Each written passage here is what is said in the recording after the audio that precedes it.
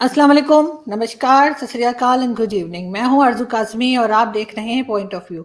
आज जी हम जरा बात करेंगे ईरान की, ईरान के साथ अफगानिस्तान और इंडिया की, क्योंकि इंडिया जो है वो गंदम भिजवा रहा है ईरान के जरिए। क्योंकि पाकिस्तान से बात की गई थी लेकिन हमारे प्राइम मिनिस्टर ने कोई सही जवाब नहीं दिया। कभी कहा ये ट्रक होना चाहिए, कभी वो ट्रक होने चाहिए, करके नहीं हो पाया। और बहरहाल अब इंडिया ने ये सोचा है कि वो अपनी जो मेडिसिन हैं या किसी किस्म की भी कोई मदद अगर वो अफगानिस्तान की करना चाहते हैं तो वो ईरान के जरिए करें। ईरान की इस रीजन में क्या इंपॉर्टेंस है और क्या ईरान अब हमें आगे बढ़ता हुआ नजर आ रहा है, और पाकिस्तान की जो अभी तक एक इम्पोर्टेंस थी और वो थी कि ये जिस जगह पे है पाकिस्तान, तो कई लोगों को हमारी जरूरत पड़ती थी, चाहे वो अफगानिस्तान के लिए हो, चाहे ईरान के लिए हो या चाइना के लिए। क्या वो इम्पोर्टेंस खत्म होने जा रही है? क्या हमें ईरान आगे बढ़ता हुआ नजर आ रहा है? और ईरान एक बहुत इंपॉर्टेंट कंट्री है, क्या उसके ऊपर से सैंक्शंस हटाने के लिए भारत जोर डालेगा? क्योंकि अगर ऐसा हो गया तो चाइना के ऊपर जो है काफी तरह का दबाव आ सकता है, और इस बारे में हम बात करेंगे। हमारे साथ आप सबके जाने पहचाने एम्बेसडर अशोक सज्जनहार हैं। बहुत शुक्रिया सर कि आज आपने ज्वाइन किया। Thank you so much. Thank you, बहुत शुक्रिया। सर, हम ईरान को आगे बढ़ता हुआ देख रहे हैं, क्या ईरान की इम्पोर्टेंस अब आगे होगी? और इतने साल से डिफरेंट किस्म के सैंक्शंस की वजह से, अदरवाइज ईरान के पास ऑयल भी है और कई तरह की चीज़ें हैं। आप समझते हैं कि जब अब भारत जो है वो भी अपनी जो मदद उन्हें अफगानिस्तान की करनी है वो वाया ईरान कर रहे हैं, तो ईरान अब आपको लग रहा है कि कुछ आगे बढ़ता हुआ नजर आ रहा है? देखिए, इसमें मैं आरजू, एक तो बहुत शुक्रिया मुझे आमंत्रित करने के लिए अपने प्रोग्राम में। मुझे बहुत अच्छा लगता है आपके प्रोग्राम में आपसे बातचीत करके। तो आपका जो ये मौजू आपने आज के लिए उठाया है, जो ईरान की क्या अहमियत है, और हम कितने महीनों से अब देख रहे हैं जो हम अफगानिस्तान पर, वहाँ पर कहते हैं ह्यूमैनिटेरियन कैटास्ट्रफी है, जो वहाँ पर लोगों के पास खाने के लिए अन्न नहीं है, खाने के लिए उनके पास अनाज नहीं है। तो उनको जो इतने महीनों से इतने मीटिंग्स की जा रही हैं, इतने कॉन्फ्रेंसेस किए जा रहे हैं। अभी आपको मालूम है जो पाकिस्तान में भी OIC का ये मीटिंग हुई थी, एक फॉरेन मिनिस्टर्स वहाँ पर बहुत आए थे, कुछ और देशों के भी नुमाइंदे वहाँ पर आए थे। और पाकिस्तान ये बताने का प्रयास कर रहा है जो पूरी दुनिया को साथ में आना चाहिए और अफगानिस्तान की सहायता करनी चाहिए, क्योंकि ना वहाँ पर दवा दारू है, ना वहाँ पर खाने के लिए कुछ है।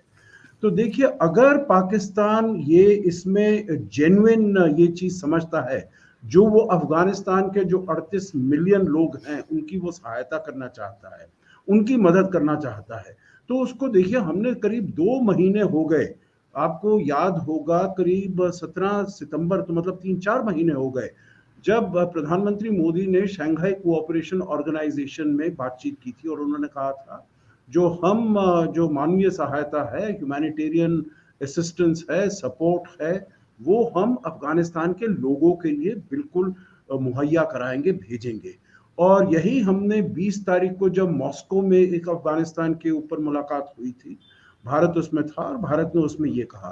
परंतु इतने महीने हो गए हैं, वहां पर इतनी भुखमरी है, परंतु अभी तक पाकिस्तान ने, जैसे आपने बताया, वहां पर परमिशन नहीं दी है। क्योंकि पहले तो वो कहते थे जो भाई ये पाकिस्तान के ट्रकों में जाना चाहिए, फिर ये बातचीत हुई नहीं, पाकिस्तान के ट्रकों में नहीं, क्योंकि पाकिस्तानी तो वहां पर अफगानिस्तान में जाकर कहेगा जो देखिए ये पाकिस्तान ने आपके लिए अनाज भेजा है, दवाइयां भेजी हैं, वगैरह वगैरह। तो ये तो ठीक बात नहीं है, भारत की तरफ से जा रहा है, ठीक है, भारत के ट्रकों को वहां पर नहीं जाने देना चाहते, आपने उसके ऊपर रोक लगाई है, तो अफगानिस्तान के ट्रकों पर आने दीजिएगा।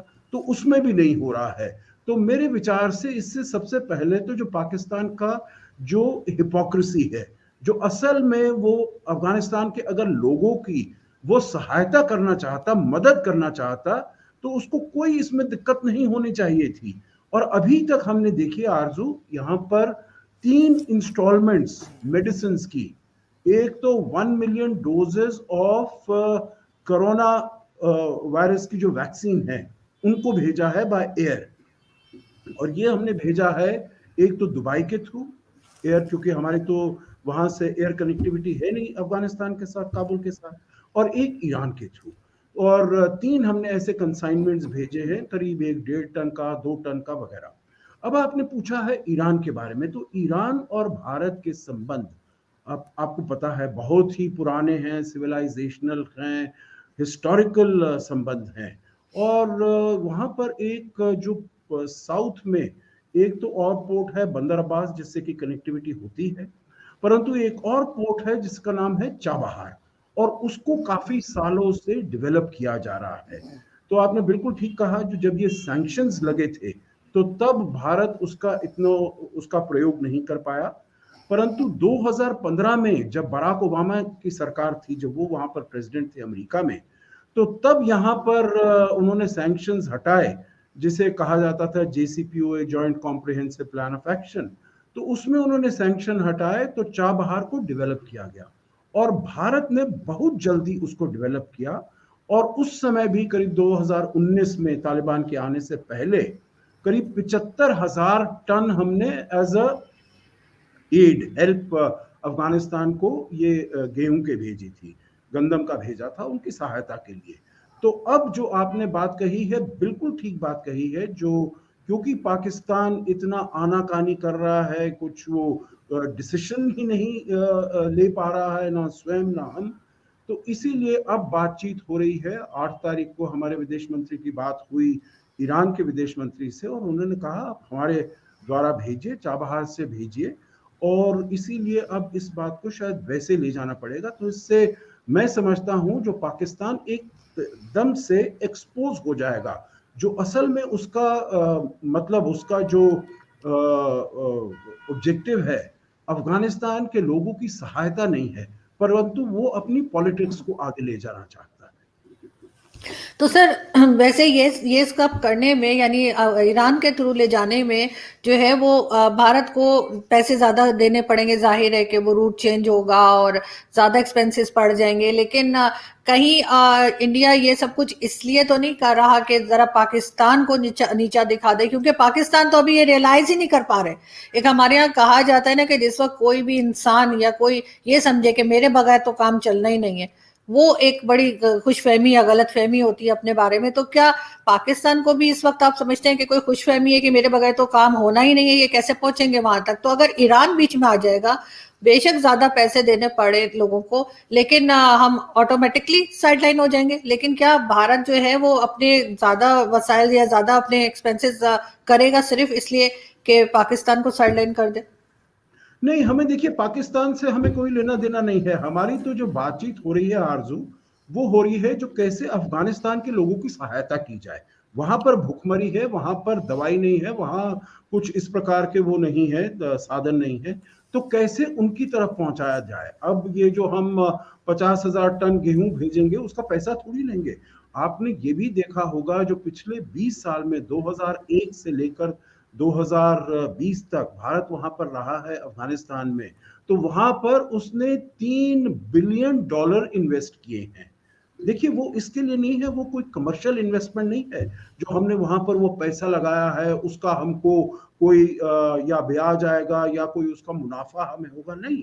हमने जो भी वहां पर आरजू प्रोजेक्ट्स किए हैं, मैं आपको 2-3 इसमें गिनवा देता हूं। एक तो जिसे कहा जाता है जरांज डेलाराम रोड, 2004 किलोमीटर की ये हाईवे है, जो कि ईरान के साथ जो अफगानिस्तान का बॉर्डर है वहां से ले जाकर बिल्कुल काबुल के आसपास तक पहुंचती है।